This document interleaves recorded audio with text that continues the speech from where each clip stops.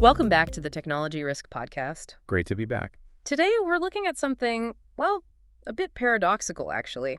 It's quietly become a pretty major liability for a lot of businesses. Right. Employee monitoring tools. Exactly. On the surface, they sound great, boost productivity, accountability, security, all the good stuff. But the unsettling part, the twist, is that these very tools can end up being the biggest threat themselves.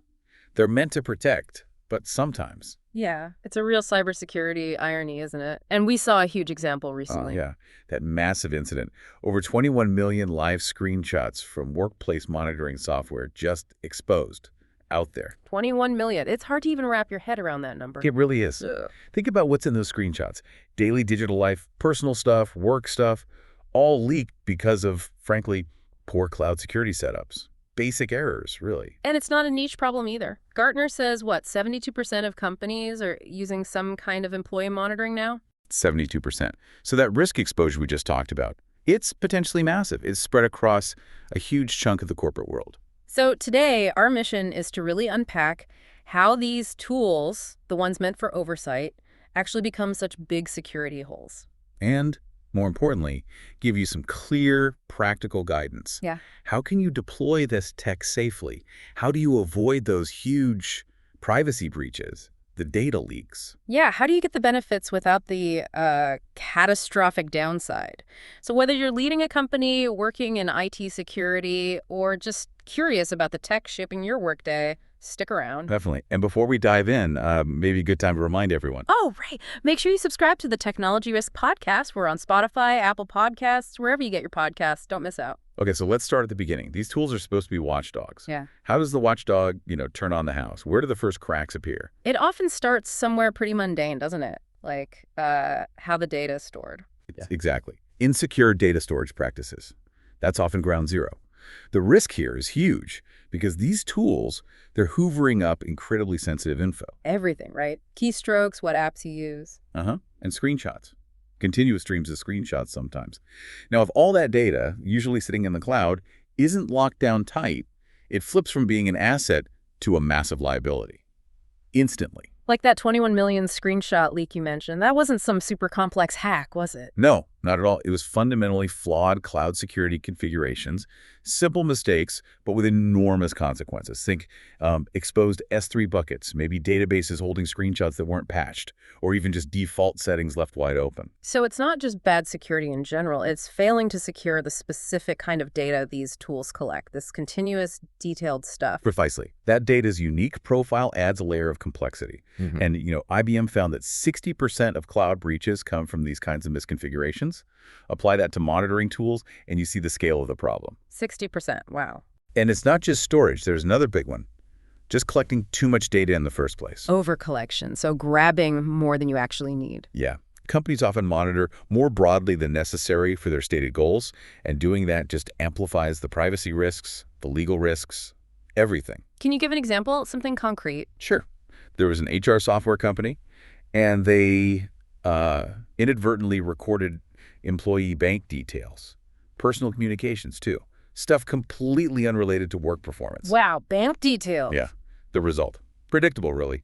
Major privacy violations, big fines, and the Ponemon Institute found something like 67% of breaches involving these tools. They involved sensitive data that was collected unintentionally or just wasn't needed. 67%. So 2/3 of the risk comes from just scooping up too much data without a clear reason. Pretty much. It highlights a lack of clear policy, a lack of focus on what's truly necessary. Okay, so we have insecure storage and collecting too much data. What's the next weak link? Access seems like a big one. Absolutely. Lack of proper access controls. Think about it. You've got this gold mine of sensitive employee data. If you don't strictly control who can see it, who can use it, you're inviting trouble. From outside, but also from inside, right? Definitely. Poorly managed access massively increases the risk of breaches, both external and internal. Insider threats become a huge concern. Unauthorized exposure.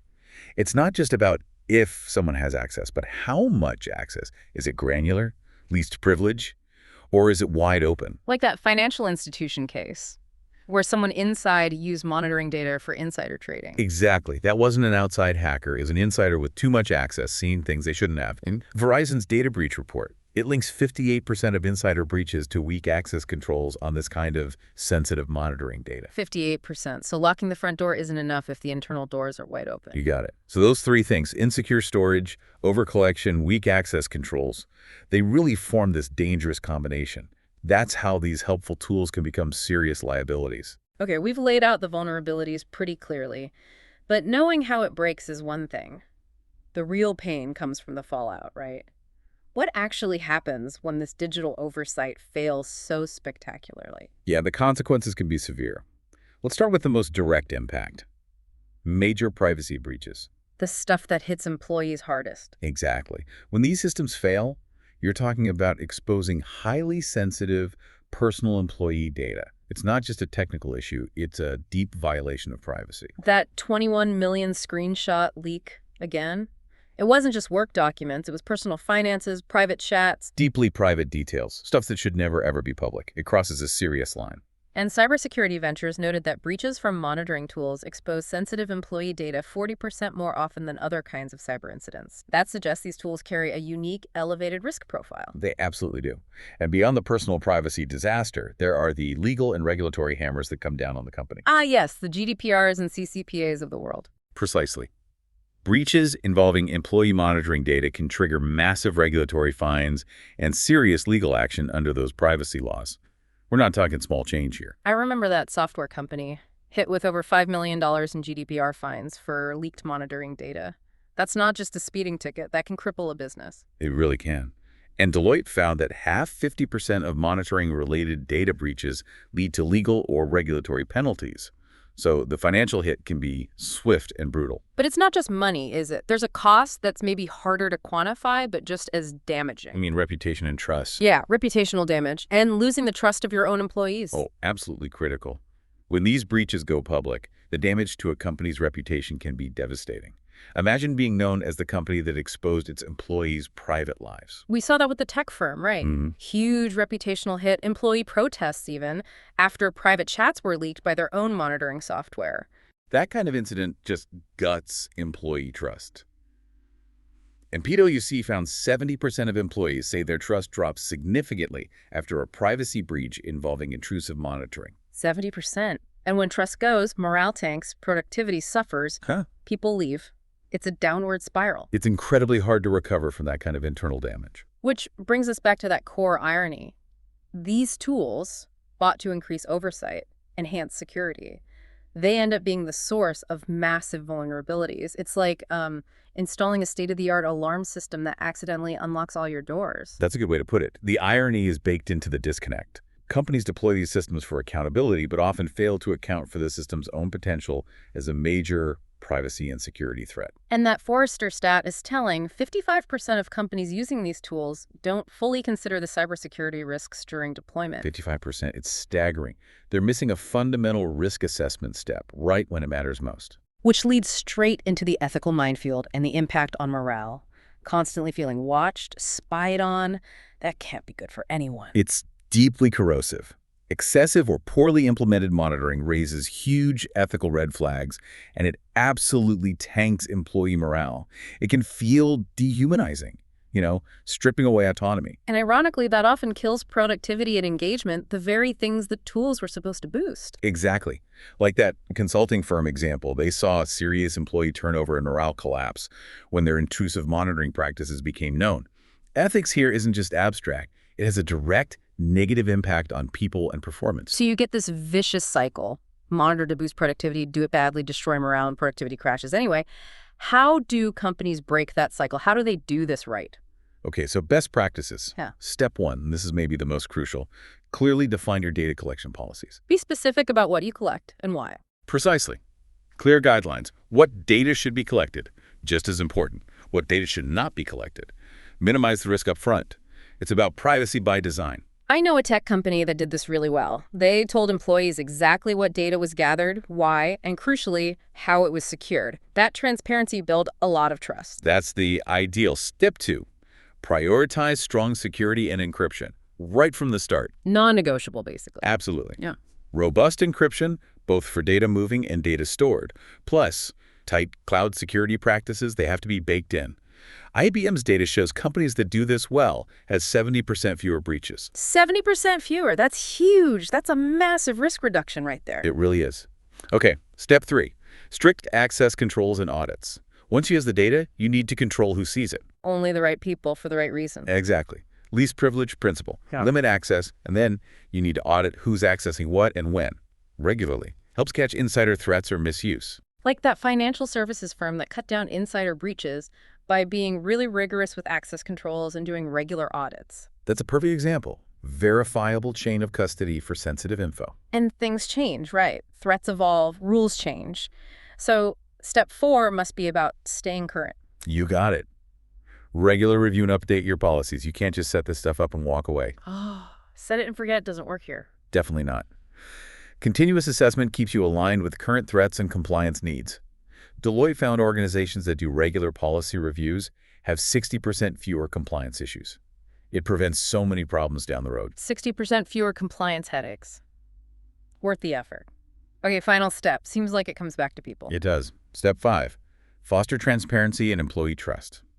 Actively. Not just telling people, but building understanding. Yes. Clearly communicate the purpose, the scope, the safeguards. Explain the why behind the monitoring, that global marketing firm example. They reduce concerns by openly discussing policies, even getting employee feedback. So it becomes less about surveillance, more about shared goals. Exactly. It shifts the dynamic from suspicion to something more collaborative. Trust is key. These steps sound practical. Maybe some real-world stories would help drive it home. A success versus a failure. Good idea. Let's start with a success. Picture a mid-sized healthcare provider. They decided to deploy monitoring, but did it with incredible transparency and strong security from day one. How did they manage that? They developed really clear data handling rules with employee input. Focus on trust building, not just watching. Methodical, ethical approach. And the result? Increased accountability, sure. But crucially, zero privacy breaches, no employee backlash, productivity and compliance actually improved. It shows responsible, transparent monitoring can work and be beneficial. A win-win, basically, when done right. Okay, now the flip side, a cautionary tale. A large financial firm rolled out very intrusive monitoring software. But without the groundwork we just discussed. Exactly. Insufficient security, zero transparency with employees. It created an atmosphere of deep distrust right away. Uh-oh. I think I know where this is going. Predictably, yes. Massive data leak. Regulatory fines hit them hard, over $3 million. Huge reputational damage. And a significant spike in employees quitting because trust was just gone. Wow. So the lesson there is stark. Cutting corners on security and transparency with these tools. It leads to financial, legal, and reputational disaster. Absolutely. It's not just a mistake, it's a fundamental failure with long-term consequences for the business and its people. These two stories really show the fork in the road, don't they? They really do. So looking ahead, how do businesses make sure they stay on the right path? How do you future-proof your monitoring strategy? Well, first, you have to embed ethical and transparent monitoring deep into your company culture. It can't just be a policy doc. It has to be how you operate. Non-negotiable ethical oversight. And stay vigilant on the tech side. Constantly. Regularly update security practices. Threats change daily. Regulations evolve. Your monitoring security has to keep pace. It's a continuous process. No resting on your laurels. Never. And finally, and maybe this is the most powerful shift, genuinely engage your employees in these decisions. Don't just dictate policy. Right. Include their perspectives. Get feedback. When employees are part of designing the process, you often end up with less intrusive, more effective practices that actually work for everyone. It builds that crucial collaboration instead of resentment. That makes a lot of sense. What a journey through this topic. We've clearly seen how these monitoring tools, intended for good reasons for oversight, can really backfire if not handled with extreme care. Yeah, the main takeaway is pretty straightforward, isn't it? Companies that put transparency, strong security, and ethical considerations first. They're the ones who minimize the risks and keep employee trust. That builds resilience. So the call to action for everyone listening is pretty clear. Take a hard look at your own employee monitoring setup right now. Yeah, audit your deployments. Check your security, review those privacy guidelines. Are you using these tools responsibly, ethically? Because responsible monitoring should be about empowering productivity, right? Not wrecking privacy or security. Exactly. Prioritize transparency, security, accountability. That's how you avoid turning helpful oversight into a dangerous liability. Well, that's all the time we have for today on the Technology Risk Podcast. Really insightful stuff. My pleasure. Important topic. If you found this useful, and we hope you did, please subscribe to the Technology Risk Podcast. Find us on Spotify, Apple Podcasts, wherever you listen. And join us next time for more insights into navigating technology risk.